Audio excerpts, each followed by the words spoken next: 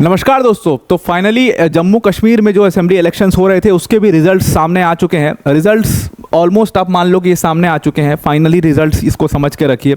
और ये एकमात्र खास तौर से जम्मू एंड कश्मीर के जो इलेक्शंस हैं, ये एकमात्र ऐसे इलेक्शंस हैं जहां पर एग्जिट पोल्स के जो आंकड़े थे वो बिल्कुल दुरुस्त रहे और जैसा एक्सपेक्टेड था वैसा ही रिजल्ट आया। लेकिन यहाँ पर सबसे बड़ा जो शॉकिंग चीज़ देखी गई वो बीजेपी के वोटिंग परसेंटेज में देखी गई। सबसे पहले मैं आपका ध्यान वहीं पर ले जाना चाहता हूँ कि बीजेपी जो है वो अब जम्मू कश्मीर की वोटिंग परसेंटेज के लिहाज से लार्जेस्ट पार्टी बन चुकी है। मतलब अगर आप यहाँ पर इस चार्ट को देखेंगे तो यहाँ पर आपको साफ दिखाई देगा कि अदर्स ने यहाँ पर 24% वोट गेन किए, ऑलमोस्ट 24-25% वोट उन्होंने गेन किए हैं।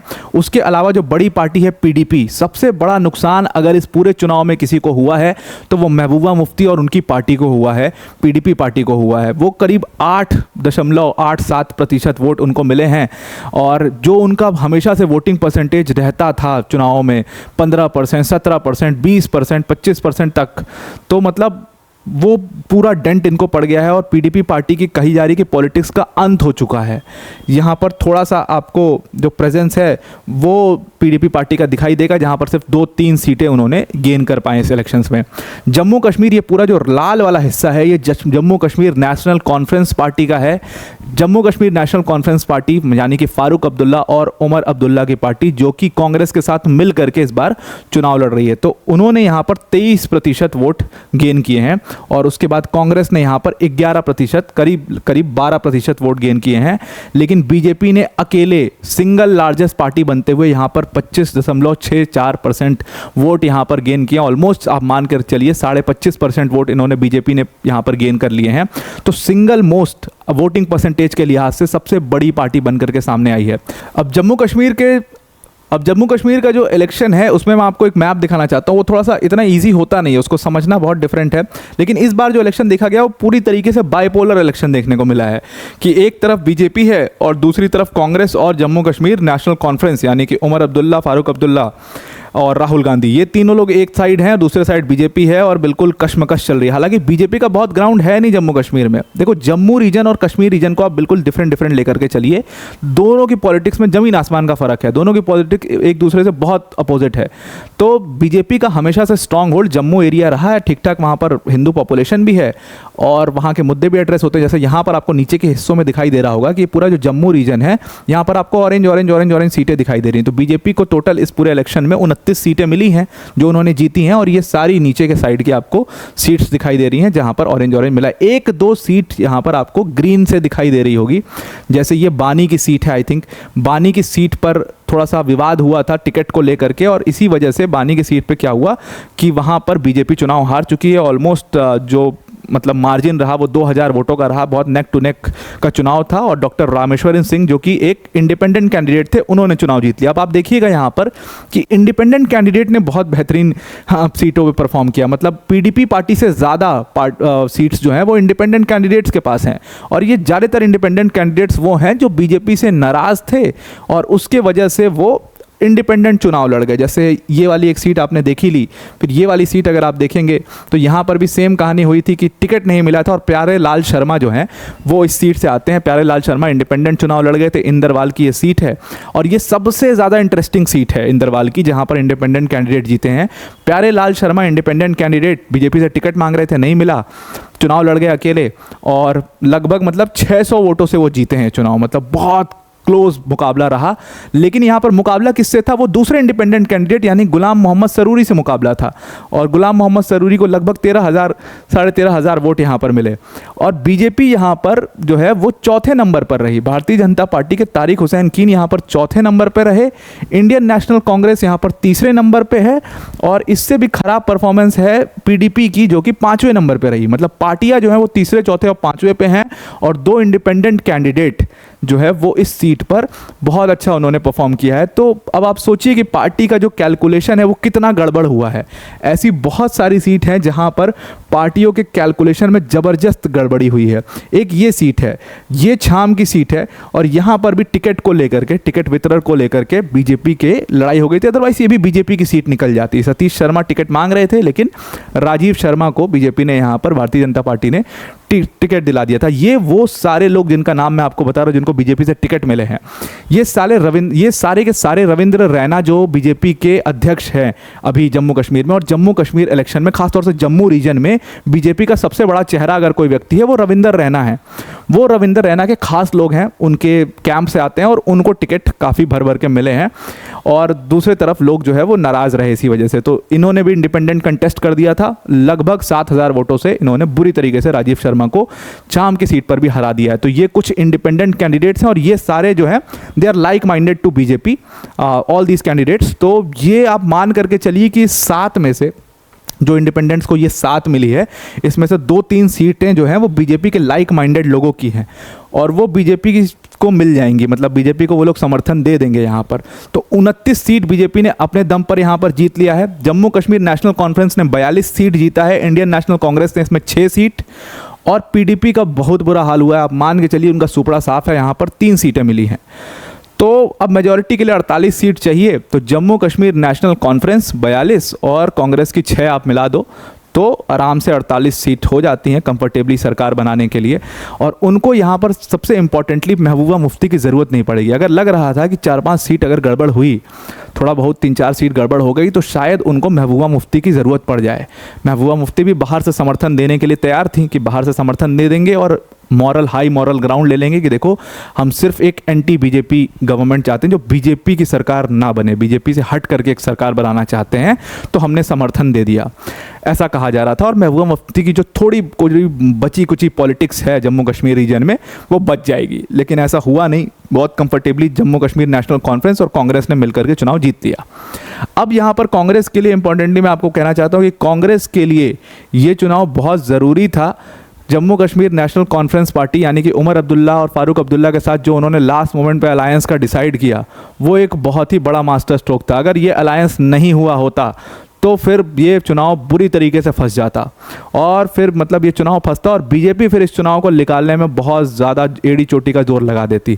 तो यहाँ पर कांग्रेस ने जो सबसे अच्छा डिसीजन लिया है पूरे जम्मू कश्मीर में कि एक स्टेट उन्होंने बचा लिया जहाँ पर अपने समर्थन की सरकार, क्योंकि हरियाणा में वो पूरी तरीके से फेल नज़र आए, तो जम्मू कश्मीर में उन्होंने अच्छा परफॉर्म करते हुए यहाँ पर उस जगह को एटलीस्ट बचा लिया है। यहाँ पर कुछ इंपॉर्टेंट सीटें हैं जिनके ऊपर मैं आपका नज़र ले जाना चाहता हूँ। एक सीट जो सबसे ज़्यादा इंपॉर्टेंट है, जो मैं रविंद्र रैना की बात कर रहा था, उस सीट का अगर आपको दिखाया जाए तो रविंद्र रैना जो कि भारतीय जनता पार्टी के सबसे बड़े फेस थे, मतलब कहा यह जा रहा था कि भारतीय जनता पार्टी जो है वो उनके फेस पर चुनाव लड़ रही है पूरे जम्मू रीजन में, और उनके प्रचार के लिए बड़े बड़े लोग, मतलब आप लगा लीजिए कि जब आते हैं ये क्या नाम है इनका, जब प्रधानमंत्री नरेंद्र मोदी आते हैं वो उनके कंधे पे हाथ रखते हैं, अमित शाह जाते हैं वो मतलब रविंद्र रैना को प्रोजेक्ट करते हैं।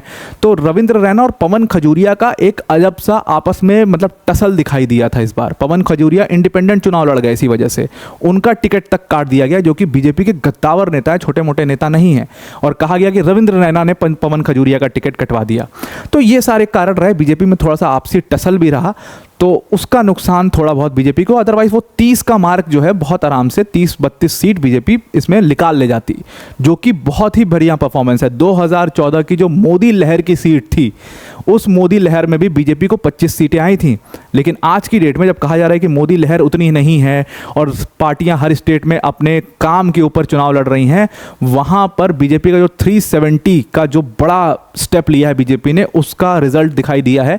जो 29 सीटें पूरी जम्मू कश्मीर की रीजन की सीटों को उन्होंने सील कर लिया है, जो उनका स्ट्रॉन्ग एरिया था, और वहां पर वो इस बार मान के भी चल रहे थे कि हम पूरे जम्मू कश्मीर में फर्स्ट लार्जेस्ट तो नहीं लेकिन सेकंड लार्जेस्ट पार्टी तो बन करके आएंगे, लेकिन वोटिंग परसेंटेज के लिहाज से वो फर्स्ट लार्जेस्ट पार्टी हैं और सीटों के हिसाब से वो सेकंड लार्जेस्ट पार्टी है पूरी जम्मू कश्मीर की। तो ये अपने आप में बहुत बड़ी बात है। अब दूसरी जो इंपॉर्टेंट सीट है वो श्री गुफवारा ब्रिज बिहारा की सीट है। इसके ऊपर मैं आपका ध्यान ले जाना चाहता हूं कि महबूबा मुफ्ती की जो पूरी पॉलिटिक्स है वो इस सीट पर डिपेंडेंट क्यों थी, बिकॉज यहाँ से उनकी बेटी इल्तिजा महबूबा मुफ्ती चुनाव लड़ रही थी। अब यहाँ पर इल्तिजा महबूबा मुफ्ती की हार हो गई है, लगभग 10,000 वोटों से, बड़ा मार्जिन है ये जम्मू कश्मीर के लिए, लगभग 10,000 वोटों से वो चुनाव हार गई हैं। बशीर अहमद शाहवीरी ने Jammu and Kashmir national conference से जो चुनाव लड़ रहे थे, उन्होंने इस सीट पर इल्तिजा मुफ्ती को हरा दिया है। और यहाँ पर बीजेपी ने एक मास्टर स्ट्रोक ये भी खेला था कि इल्तिजा मुफ्ती नहीं जीतनी चाहिए चाहिए, उसके लिए उन्होंने यहाँ पर आप देखो कि बीजेपी ने कश्मीर वैली के अंदर में कम ही टिकट्स बांटे थे, लेकिन एक टिकट यहाँ पर दिया था सोफ़ी यूसुफ को, और सोफ़ी यूसुफ ने यहाँ पर 4000 के लगभग वोट गेन भी किए हैं, तो उसका बड़ा नुकसान हुआ है यहाँ पर। तो इस सीट के बाद ऐसा कहा जा रहा है कि महबूबा मुफ्ती की जो बड़ी बची कुची पॉलिटिक्स थी वो भी ख़त्म हो चुकी है, और जो उन्होंने कोशिश करी थी इस पूरे इलेक्शंस में कि अपनी बेटी को वो प्रोजेक्ट करेंगी, वो भी पूरी तरीके से ख़त्म हो चुका है। अब एक और इम्पॉर्टेंट सीट है यहाँ पर नौशेरा की सीट, जहाँ पर मैं आपका ध्यान ले जाना चाहता हूँ। नौशेरा की सीट से रविंदर रैना, जिनकी बात मैं बार बार कर रहा हूँ, जो कि बीजेपी के फेस थे, वो काफ़ी नाम था उनका, वो अपना चुनाव हार चुके हैं। और रविंदर रैना को सुरिंदर कुमार चौधरी, नेशनल कॉन्फ्रेंस के सुरिंदर कुमार चौधरी ने बुरी तरीके से उनको चुनाव हरा दिया है, और यहाँ पर लगभग 8000 वोटों का फ़र्क है। दिक्कत ये है रविंदर रैना के साथ कि इनकी जो इमेज है अपने कार्यकर्ताओं में, कहते हैं कि इनको बीजेपी ने ही इलेक्शन हरवा दिया है, बीजेपी के कार्यकर्ताओं ने ही इलेक्शन हरवा दिया है, क्योंकि नीचे के लोग जो हैं उनके प्रति इनका व्यवहार अच्छा नहीं था। इस वजह से पार्टी के बहुत सारे नेता जो है वो इनसे चिढ़े बैठे हुए थे, और इसमें सबसे प्रमुख जो नेता थे वो पवन खजूरिया थे, और उन लोगों ने इनके खिलाफ एंटी कैंपेनिंग करी, सपोर्ट नहीं किया, जिस वजह से नौशेरा से रविंदर रैना अपनी सीट हार चुके हैं, और वो seat Jammu Kashmir national conference के हाथ में चली गई है। ये जो बीजेपी का आपसी टसल रहा है, इसका खासा तौर से इसका फ़ायदा जो है वो कहीं ना कहीं नेशनल कॉन्फ्रेंस को हुआ है, और इसी वजह से वो 42 सीट बहुत आराम से 42 सीट जीतने में सफल हुए हैं। अब यहाँ पर डिस्ट्रीब्यूशन पर आते हैं, तो आप देखो ऊपर का जो रीजन आपको दिखाई देगा, ये पूरा ऊपर का जो रीजन है ये आपको लाल लाल लाल पूरा दिखाई दे रहा है। क्यों दिखाई दे रहा है? क्योंकि ये कश्मीर की सीट है, और नीचे का आपको पूरा बीजेपी के कलर में दिखाई दे रहा है क्योंकि ये जम्मू की सीट है। तो यही दो पार्टी के बीच में ये इलेक्शंस आप मान करके चलिए हुए हैं। लगभग 30 सीट बीजेपी की है और 42 सीट इनकी है। बीच में इक्का दुक्का जो इधर उधर घूम रहा है, जो इंडिपेंडेंट कैंडिडेट्स का आ गया है, या यहाँ पर मीर मोहम्मद की ये सीट है मेरे ख्याल से, हाँ, मीर मोहम्मद फयाज़ जो कि पीडीपी के हैं, ये एक सेफ सीट थी पीडीपी की। मीर मोहम्मद फयाज़ स्ट्रॉन्ग कैंडिडेट थे कुपवारा से, उन्होंने ये सीट जीत ली है। और उसके अलावा जो कुपवारा के अलावा जो एक और जो स्ट्रॉन्ग होल्ड माना जाता है कुपवाड़ा के अलावा, वो इस सीट को माना जाता है जिसका नाम है तराल की सीट। तराल की सीट पर भी पीडीपी ने अपना आराम से ये चुनाव निकाल लिया है। एकदम नेक टू नेक का मामला था, लेकिन लास्ट में जाकर के 460 वोटों से उन्होंने ये सीट जीती है। इंडियन नेशनल कांग्रेस के सुरिंदर सिंह यहाँ पर दूसरे नंबर पर रहे। काफ़ी स्ट्रॉन्ग मुकाबला था यहाँ पर भी। तो खैर पीडीपी को 3 सीट यहाँ पर मिल गई है, और उन 3 सीटों से वैसे तो कुछ होने जाने वाला नहीं है। तो आई होप आपको ये पूरा इलेक्शन का एनालिसिस समझ में आ चुका होगा जम्मू एंड कश्मीर का। और इसका अगर आप एंड रिज़ल्ट चाहते हो उसमें कि इस इलेक्शन के क्या मैसेज जाता है, तो message simple, loud and clear है कि बीजेपी की लगातार जो परफॉर्मेंस है वो इन स्टेट्स में बेहतर परफॉर्म किया उन्होंने, क्योंकि उम्मीद ये की गई थी कि लोकसभा चुनाव के बाद बीजेपी की पॉपुलैरिटी बहुत कम हो गई है, और हरियाणा के चुनाव और उसके बाद फिर जम्मू कश्मीर के चुनाव में बीजेपी को बहुत बड़ा नुकसान होगा, बहुत सारी सीट हारेंगे वो। लेकिन यहाँ पर 29 सीट पिछली बार से बेहतर परफॉर्म किया है। हरियाणा में बताया गया क्लीन स्वीप हो जाएगा, ख़त्म हो जाएगा, सुपड़ा साफ हो जाएगा बीजेपी का, 20-25 सीट भी नहीं आएंगी। वहाँ पर बीजेपी ने बहुत कंफर्टेबली चुनाव जीते हैं। तो ये सब चीज़ें ये बताती हैं कि ऐसा कुछ नहीं है, और लोकसभा के इलेक्शन डिफरेंट हैं, और यहाँ पर assembly election, state assembly elections बहुत डिफरेंट होते हैं, अपने अलग अलग सबके मुद्दे होते हैं। उसके बाद महबूबा मुफ्ती वो पार्टी है जिन्होंने मिला करके बीजेपी के साथ अपनी सरकार बनाई थी। तो कहा जाता है कि बीजेपी के साथ जो अलायंस में आ जाता है छोटी पार्टी, बीजेपी उसको खा जाती है। तो ये बात जम्मू कश्मीर पे सबसे ज़्यादा सही बैठती है। पीडीपी जो है वो ख़त्म हो चुकी है, और 3 सीटें हैं सिर्फ उनके पास इस स्टेट में। उनकी खुद की बेटी चुनाव हार चुकी हैं। तो ये इसका टेक अवे है। और अब जो आने वाले दिल्ली के इलेक्शंस हैं उसके लिए भी बहुत बड़ा डिस्क्लेमर है कि ये जो दिल्ली के इलेक्शंस होंगे ये अरविंद केजरीवाल जी के लिए बहुत आसान नहीं होने वाले हैं, क्योंकि जिस हिसाब से बीजेपी का परफॉर्मेंस स्टेट में दिख रहा है और फोकस दिख रहा है, मुझे लगता है कि दिल्ली के इलेक्शंस में बहुत बड़ी टक्कर आम आदमी पार्टी और भारतीय जनता पार्टी के बीच में होगी 100%। तो आई होप आपको ये पूरा आर्टिकल समझ में आ चुका होगा। वीडियो को एंड करने से पहले अनअकैडमी टीम की तरफ से एक बहुत बड़ी अनाउंसमेंट है।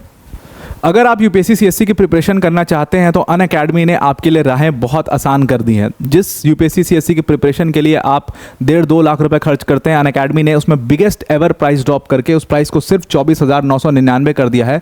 मतलब आप इस कोर्स फीस पर अनअकैडमी की टॉप फैकल्टीज से पढ़ सकते हो, जैसे मृणाल सर, प्रतीक सर, सुदर्शन सर से। इसी बैच में आपको 1-to-1 मेंटोरशिप भी मिलेगा, स्पेसिफिक डाउट सेशंस होंगे आपके लिए, मेंस के जितने टेस्ट लिखते हो सबके इवैल्यूएशन होंगे। ये सारी चीज़ें आपको सिर्फ और सिर्फ 10,999 में मिलेगी। अपने आप में एक कंप्लीट प्रोग्राम है जहां पर जीएस, सीसैट, टेस्ट सीरीज सब कुछ आपको कवर कराया जाएगा। तो अगर आप इस कोर्स को इस डिस्काउंटेड प्राइस पर ज्वाइन करना चाहते हो, डिस्क्रिप्शन में एक लिंक दिया, उस लिंक पर क्लिक करिएगा और जहां पर यूज कोड का ऑप्शन आएगा वहां पर आप APYT10 यूज करना, तो आप इस कोर्स को अवेल कर पाओगे। तो आई होप आपको ये पूरा आर्टिकल समझ में आ गया होगा, जम्मू कश्मीर के इलेक्शन की एनालिसिस समझ में आ गई होगी। आज के लिए इतना ही। Thank you and have a nice day.